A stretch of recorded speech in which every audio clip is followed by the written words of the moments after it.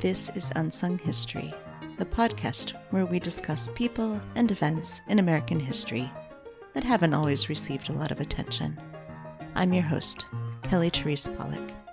I'll start each episode with a brief introduction to the topic, and then talk to someone who knows a lot more than I do. Be sure to subscribe to Unsung History on your favorite podcasting app so you never miss an episode. And please, tell your friends, family, neighbors, colleagues, maybe even strangers to listen to.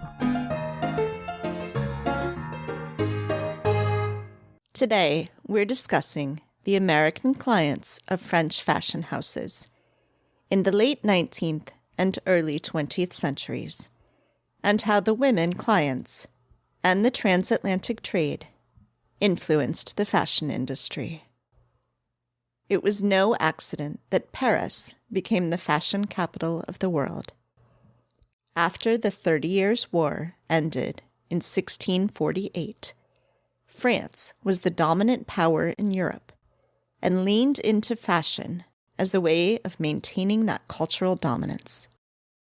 King Louis XIV, along with his chief minister, Jean-Baptiste Colbert, created a favorable balance of trade for France and encouraged the development of technical expertise in textile manufacturing, going so far as to fix the quality of each article by law, punishable at the whipping post.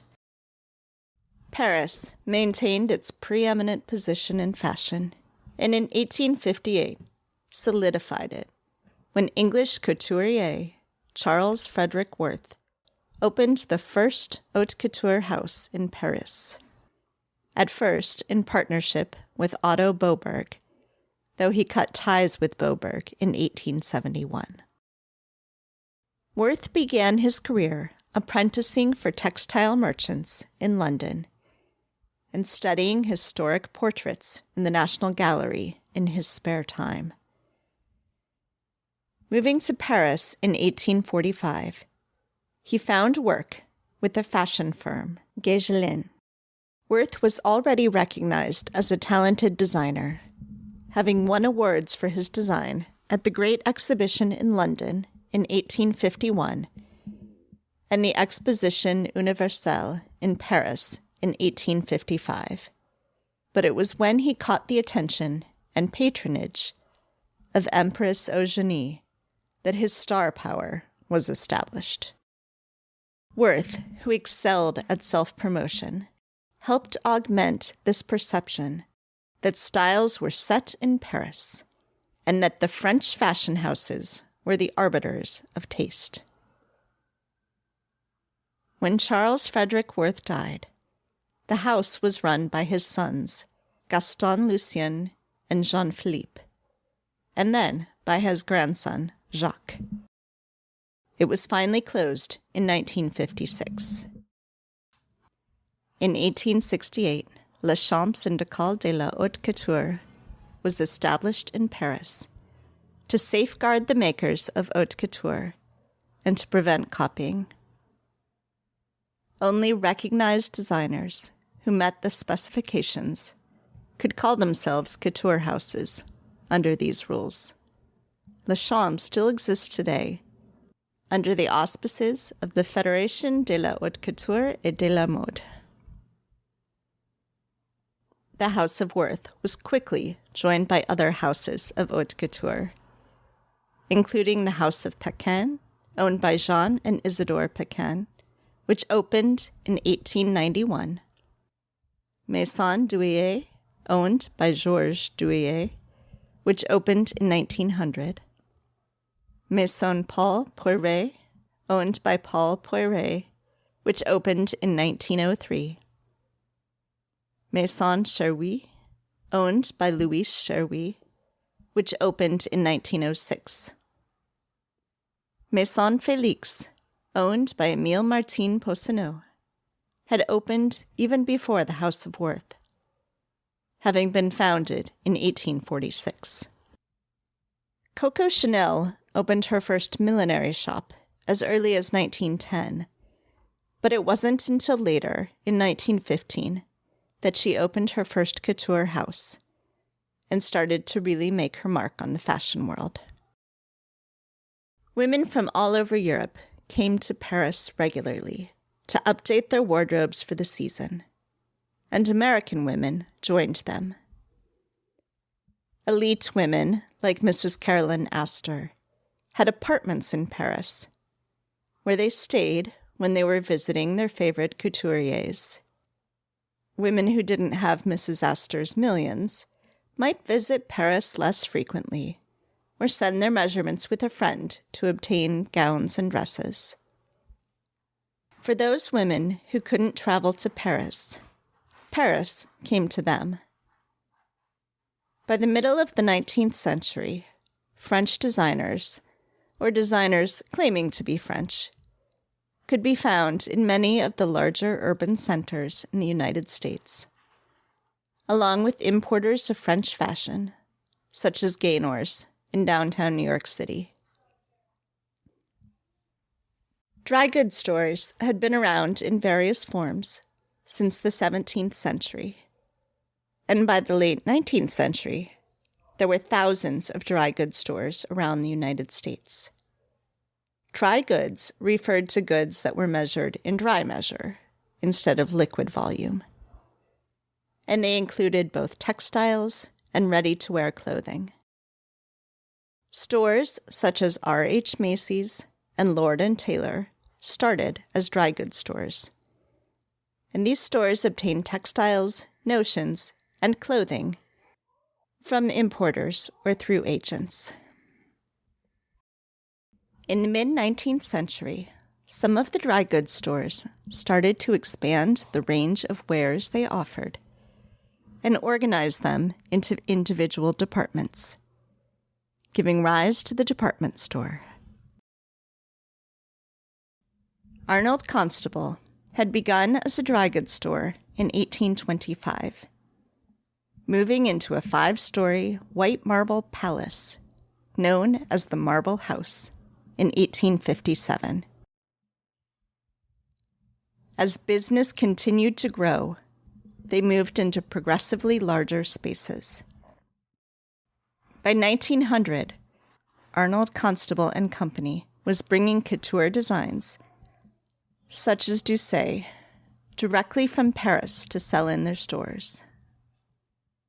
And they weren't alone, as the number of department stores continued to grow. Couture fashion faced competition not just from local American designers, but also from stores and dressmakers that would copy the French fashions and make them with cheaper local textiles and notions. To keep up with the demands of the U.S. consumer market, the couture designers made multiples of their dresses, much as we might see today in stores, specifically for the U.S. trade. And they made patterns of their dresses available for sale. The zenith of French fashion in the United States was during the Gilded Age, roughly 1870 to 1900. But even after ready-made clothing became more easily available, Americans continued to be drawn to French couture. Joining me to help us learn more about the French fashion houses and their American consumers is art historian Dr. Elizabeth L. Block, author of Dressing Up: The Women Who Influenced French Fashion.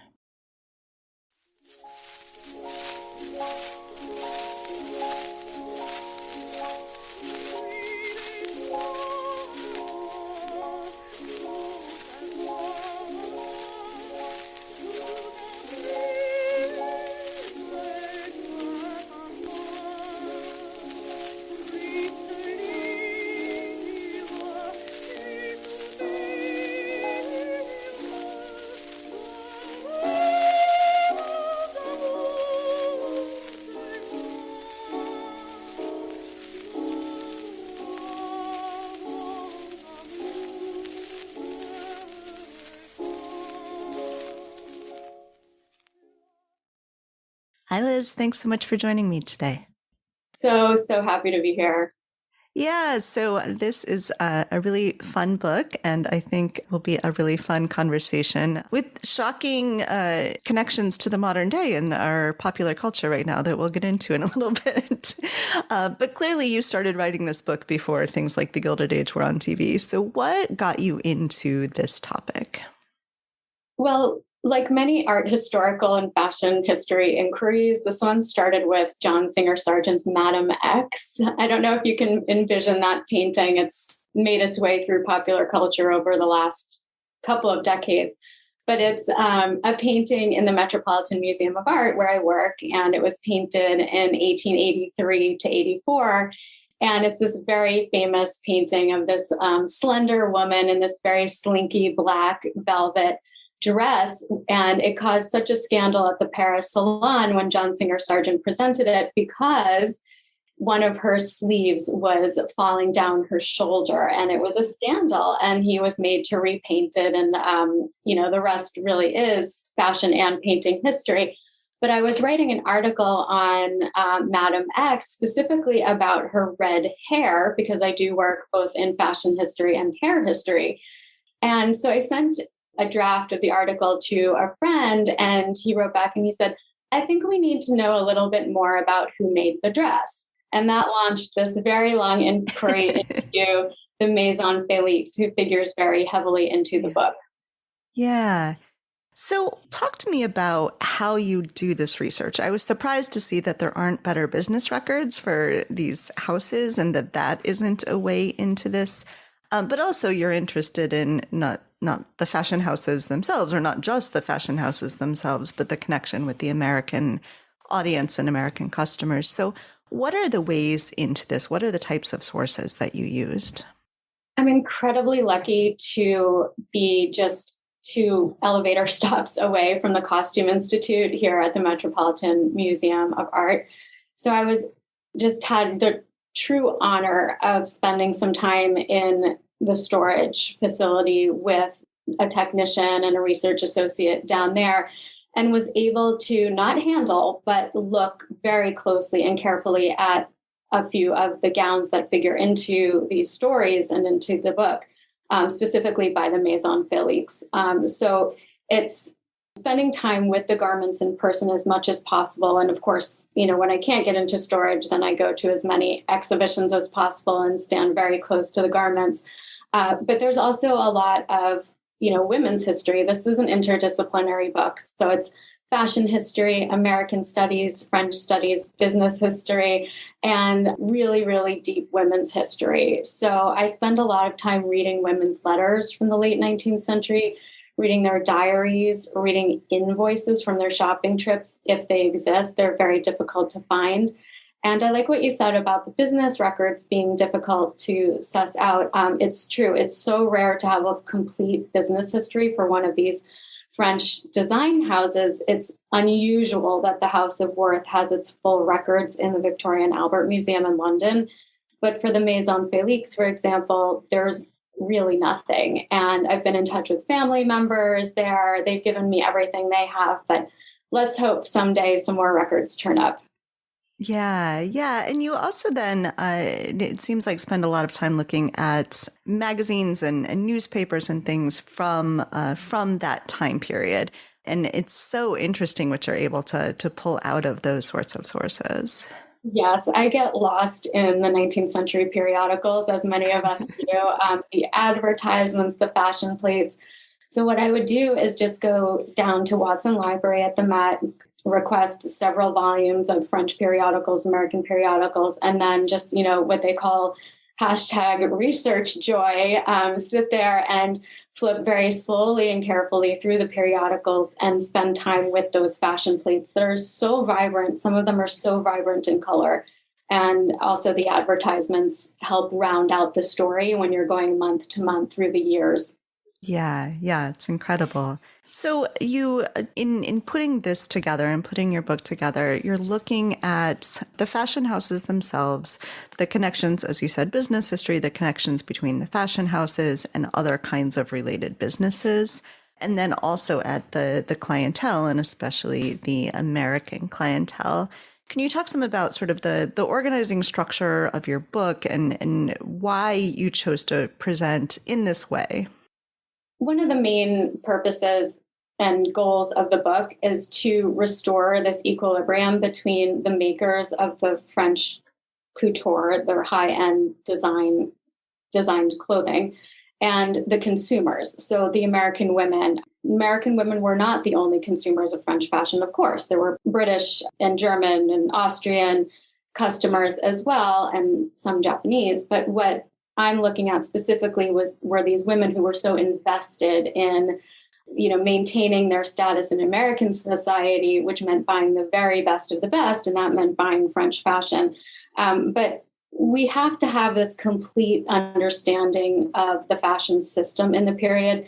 And to date, I think, before my research, what I was seeing was, these monographs on these male designers, the House of Worth, or some of the others, or Jacques Doucet.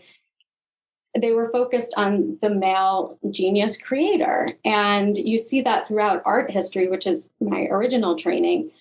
And, we've moved on from that in art history, to social history and to patronage and to collecting history. So it seemed to me that all the books in the fashion history category were heavily focused on these men. And yes, there were some men who were the head of houses for sure, but it was not just Charles Frederick Worth or Emile Poussinot who were running these major houses. There were hundreds of seamstresses.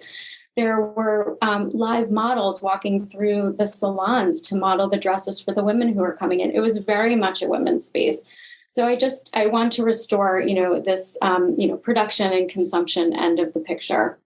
And so then let's talk some about these consumers, about American women. What are the various ways that American women are interacting with French fashion? So there's, of course, women who actually go to France, to Paris, to buy on regular trips. But you talk about various other ways that they're actually connecting with French fashion. So can you talk some about that piece of it? Yes, it was a very rare percentage of women, say the top 1%, like Caroline Astor or Alva Vanderbilt, who were going to Paris twice a year to shop for their wardrobes and staying in apartments that they rented or owned there, and then bringing back trunks full of clothing. So I do focus on many of those women. But the other question that you're asking is, how did those designs and disseminate throughout the United States so that other women could obtain them? And one of the main ways that came through was through the department stores, which are these democratic marketplaces, B. Altman, Lord and Taylor, Stern and Company, you name it, across the country. So we're not just talking about New York ever. I mean, this book, we're talking about Chicago, Cincinnati, New Orleans, Los Angeles, San Francisco. People were obtaining French fashion through the department stores in all of those major urban centers. Yeah. And then sort of jumping around here, but toward the end of the book, you talk about as the tariffs come in, and I will admit I knew about the tariffs, but it had never occurred to me that they would have an effect on fashion. But the tariffs are imposed. It becomes a lot more expensive to get dresses or fabric from France, and all of a sudden you have a lot of copying going on, which continues to be a problem in fashion through today. So can you talk some about that, about this sort of policy that I'm sure was not really intended to affect fashion, but these policies that are being put in place by the government that then affect fashion? Yes, I have a whole chapter on tariffs. And as I was writing it, I was concerned, because this book is supposed to appeal both to the general reader and enthusiast, but also to an academic audience. I thought, oh, these tariffs. But they're so fascinating. And so they're, in the 1890s, you get sort of a run of these tariffs that were protectionist measures. So the government was trying to protect local makers of, really all across industries. But when it came to textiles, especially in the Northeast, and the government was trying to have American companies provide to the American public. But of course, these women who could afford anything they wanted, I mean, they just had so much wealth, they were not convinced. And so they were still buying from Paris. They wanted the finest silks from Lyon. And what we get is a lot of smuggling to begin with, smuggling in underneath other items of clothing. So there are stories of, a woman wearing a new wedding dress underneath an old wedding dress to get it through the New York Customs Office, and to avoid, tariffs for buying foreign fabrics and foreign products. And those tariffs could add up to hundreds of dollars, which would be tens of thousands today. So it was, they knew what they were doing. As far as copying, yes. So the department stores very famously would send their buyers to Paris, the American department stores. And so these, the buyers would see what the latest fashions were, and they would bring a sketchbook and they would sketch. So in many cases, they would bring the sketches back and have local dressmakers copy the French designs and then sell them at a more reasonable price and call it an American-made good. It sounds like that then actually changed some of what the French fashion houses were doing, that they were like, okay, well, we got to get in on this too. So what is their reaction to this kind of copying that's happening? Yeah, I love this aspect of this transnational industry, really, because you're right. The French couturiers, the designers, saw what was happening with the copying in the U.S. Many of them spoke English and were reading the papers and were hearing about their labels of the Maison Félix label was showing up on American goods. So there were fakes happening. And so the head of the Maison Félix, Emile Poussinot, said, this is going to happen. I can't stop it. So let me get in on it. And so what he did was he started making goods specifically for the American department store market. So they're a little watered down. In the book, I do have an example of a copy. It's very hard to get at how they look different than the quote real thing. But they're less detailed, less bells and whistles, put it that way, pearls or rhinestones or even gems. And it was a very smart move because they saw that they needed to get a piece of that income. Mm-hmm. You just mentioned label. And so we're actually talking specifically about actual physical labels here. And it sounds like that was also something that came during this time period, that early on in some of the dresses that you were talking about being able to physically see, you don't actually necessarily know for sure who designed them, but then later they have actual labels in them. So how does that sort of develop? Why does that develop?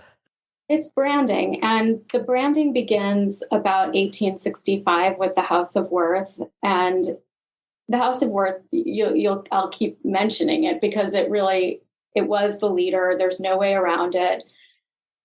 They were the first to sew labels into the pettersham of the dresses. And so they're, just beautiful script writing that says, C.F. Worth, Charles Frederick Worth, and then later on it's just this script for Worth after the house was taken over by his two sons. They were the first to sew in labels, and all the other houses started to follow suit. And it's really, really fascinating. I mean, I would love to just do an article on fashion, these labels from the period, because they're meant to show, a signature. So they were signed works of art. They were sewn in, and this practice carried over to the United States as well. So I just this morning was working on some American dressmakers, all women, and they had labels as well, and they signed their work and with the street address. So it worked as a fun piece of advertising. So we have, Mrs. Egan on Fulton Street in Brooklyn, right there in your waistband, so if your friend likes your dress, you could show the waistband, you have to go to Mrs. Egan. Or Catherine Donovan signed many of hers. She was in downtown New York. Yeah. Oh, that's fascinating. And of course, we take that so much for granted now. We assume that all of our clothes, even if they're from knockoff places, are going to have labels in them. It's really such a treat when you find a dress that has a label or a jacket or a shawl or, a coat. many of them have fallen, either fallen off or were taken off by later owners who, for one reason or another, and there's a lot of reuse of dresses, which I talk about in the book as well, but that may have led to some of the labels coming out. So it's really, fascinating. Sometimes you need to get a sense of a designer's style by just a few labeled gowns or dresses, and then try to match those styles to the fashion plates, and then in turn try to attribute existing unlabeled garments to one of those designers. There's a lot of backwards historical work that you do, but it's all really fun. And so I want to talk to you about these international expositions. So I live within walking distance of where the Chicago exposition was in 1893. So these hold a sort of special place in my heart. But these are really important in fashion and the way that fashion gets to the masses. And then we can talk about this, the way that the exposition in Paris, I believe it's the 1900 one, plays into what happens with Maison Félix. So can you talk some about sort of, I guess for people who maybe aren't as obsessed with international expositions as I am, sort of what those are and, what that means for fashion to have these expositions? Yes, international expositions were a way for countries, nations to show off the best of their culture. There's an entire secondary literature on international expositions, as you know. The World's Columbian Exposition in 1893 in Chicago is one of the best known in the United States. There was also St. Louis, San Francisco in the late 19th century. In Paris, there were several in the 1870s, then 1889, and then this big one in 1900 that I look at closely. So the Paris Exposition of 1900 had international exhibitors at it. And because couture and clothing and fabrics were so central to the economy of France, this was a major topic, a major subject of various exhibitions at the fair, which brought, by the way, 50 million people internationally. People were traveling to come there, and people dressed for it. There were restaurants, there were hairdressers. It just, if only we could recreate it, right? A moving sidewalk, electricity everywhere. It just, if only we could go, if only we could go back. But for these couturiers, this was a chance to show off their work and have really a captive audience. You could get millions of people to see your work who otherwise may not make it to your shop on the Rue de la Paix. So the Maison Félix had a major exhibition, and Émile Poussinot, who was the head of the house, got very invested in it. The Maison Félix was founded in the 1860s, and it goes all the way. It's very successful, and then it abruptly ends in 1901. And I started thinking, why does it fall off in 1901? Of course, 1901, we know Queen Victoria's reign ends. So, I started, how is this connected? How is this connected? Anyway, he was very, very involved in the Paris Exposition. He spent hundreds of thousands of dollars at that time on an exhibition of not only his current designs for the house, garments, but also on a historical exhibition. So he had, ancient Egypt, and you can picture these wax figures. There are images in the book, wax figures, dressing up as Cleopatra, and then moving on through the ages, Queen Empress Josephine, and he recreated a long gown of hers in velvet. And because he spent so much money, the papers believed that he overspent, and that's why the house closed. He vehemently denied it, but I think all the signs are there. Yeah. And it's so interesting because, of course, that could pay off, right? It's a risk that you would think like, okay, this brings so much attention to you, you could take off after. But of course, it's a risk. It was a risk, and these were business people. Yeah. So it's a smart way to remember that they were making decisions the way any business people would today. Yeah. Although perhaps also sort of taken away with, Yeah, this is such a fun thing to put together. traveling to Egypt. Yeah, not keeping an eye on the budget. Yeah, yeah. So your book, in addition to being an academic book, is also in many ways a picture book, is like a coffee table picture book, which is fantastic since it's about fashion, that you get to actually see these things. But what is that process like, and sort of figuring out what images to put, how many to put, how to best illustrate what you want to illustrate? I know that makes then there's publishing implications about printing in color and how many images and stuff. So what does that whole process look like? As a book editor myself, I work on very beautiful, glossy art and historical books here at the Met. I was very invested in the highest quality production, and I insisted on full color all the way through the book. I cannot overstate how lucky I was and how wonderful it was to work with MIT Press. They understood the concept for the book, the acquiring editor did, from the very beginning, and she stuck with me on my insistence for full color. And they allocated a certain number of color images that I could have. I think there's 90. And yes, boy, is that a difficult decision-making process. So yeah, I started with probably 150 and whittled it down to 90. Very difficult, but I wanted to strike a balance between showing garments that really spoke to what, the subjects I was talking about. So I have several fancy ball outfits because I go into detail about the 1883 Vanderbilt ball and another ball by Mrs. Astor in New York. So I wanted to show an equal distribution between fancy dress and then ball gowns. I wanted to also distribute the images equally between the makers, because we have these names that come up all the time. But then there are so many other makers who need to be restored to the historical record. So I wanted to show Pingot and Doucet and Halle and Lanvin and many of the women designers who we have forgotten, unfortunately. Yeah, I think one of my favorite things is when you can see a portrait of a woman wearing a dress and then see the actual dress itself. It really sort of brings it to life, I think. So rewarding and so difficult to get the matchups, but I was so happy that I was able to reproduce the red velvet gown on the cover of the book from 1898. And then inside the book, I also have the portrait of Edith Kingdon Gould, who wore the dress, the portrait of her by Chartrand, showing her in the gown, and then showing how she accessorized it. We need this visual evidence to see how women were wearing these garments, because sometimes we only get the dress, or we only get the feather boa, or we only get the bonnet. But to have that portrait, yes, invaluable.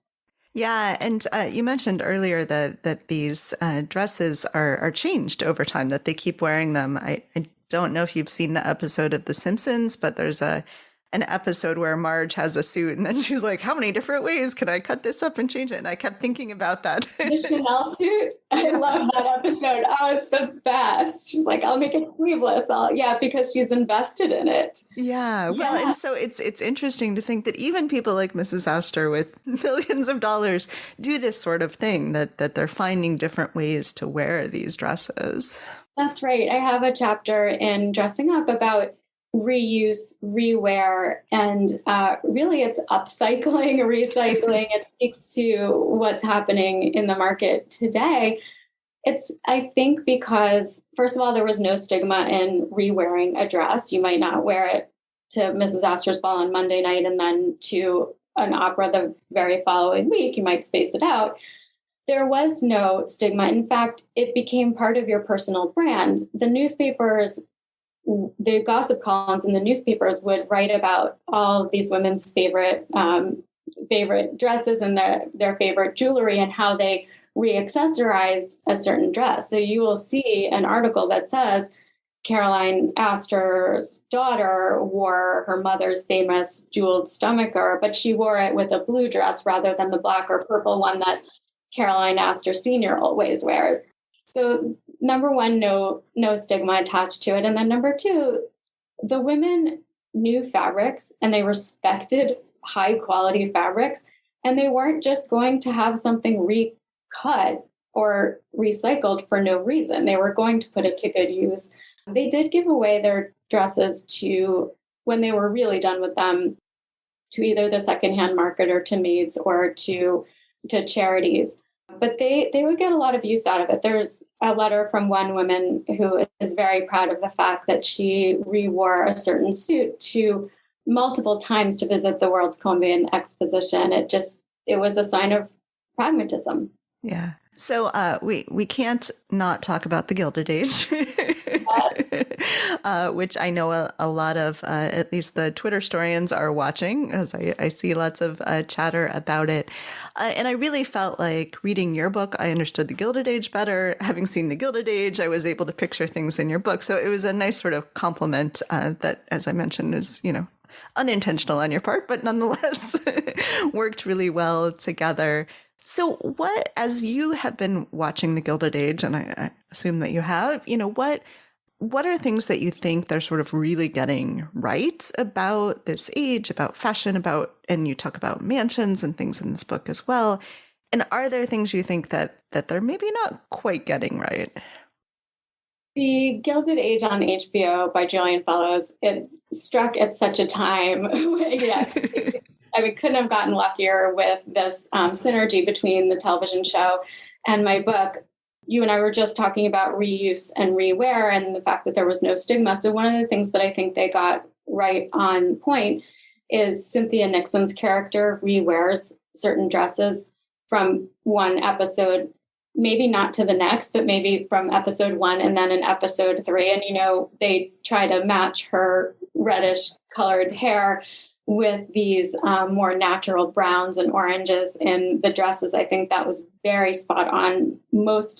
Many of the etiquette books that I read from the period speak to how you should be matching colors of your dress with the color of your hair. So I think they got that really spot on. And also the Cynthia Nixon character, she's one of the aunts. She's the unmarried aunt of a certain age. Her dresses are fairly conservative. They look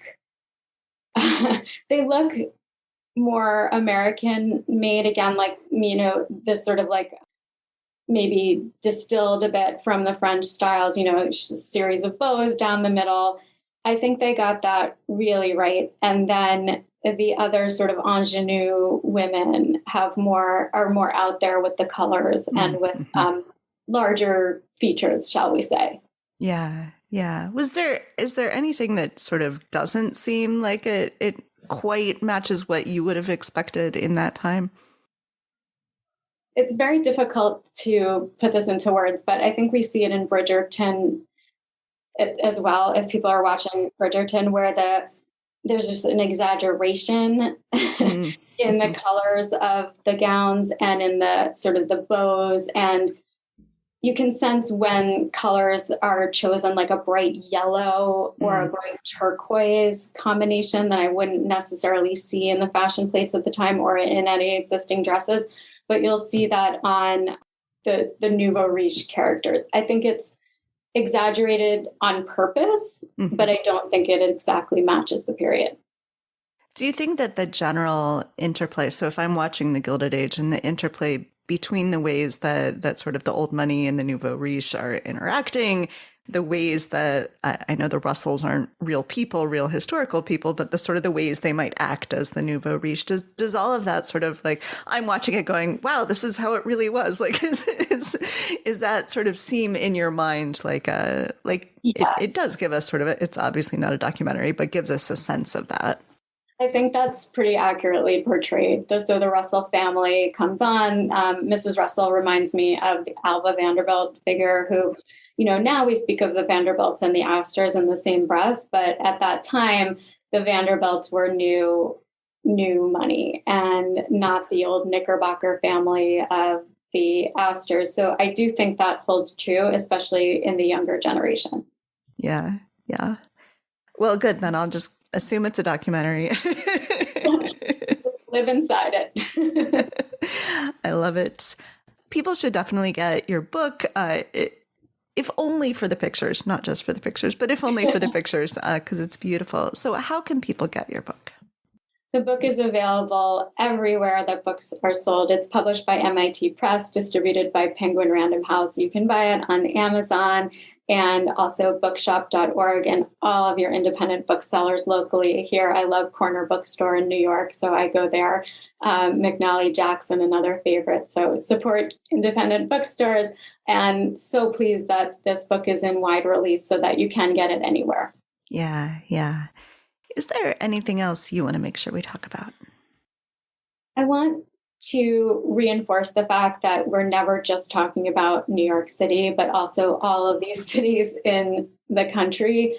There are so many women affecting U.S. culture in Ohio, in California, New Orleans, in Louisiana, that, the Gilded Age television show is New York based, but let's also remember to invest in researching women who are buying fashion, buying other goods from Cincinnati and all the other cities Charleston, that we've been talking about.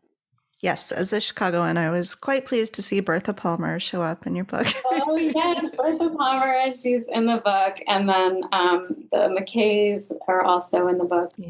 Yeah, no, definitely. And that definitely comes through in your book that we are definitely not just talking about New York. And I think that that's an important thing for us to think about, that, especially, I suppose the Gilded Age, that is the one thing that, you can only do so much with the TV show, but makes it feel like this high society is only in New York. They do go to Newport, Rhode Island as well. Right. Well, Liz, thank you so much for speaking with me. This was a really fun book to read and a really fun conversation. And, I so enjoy this turn of making the consumers an equal part of this conversation.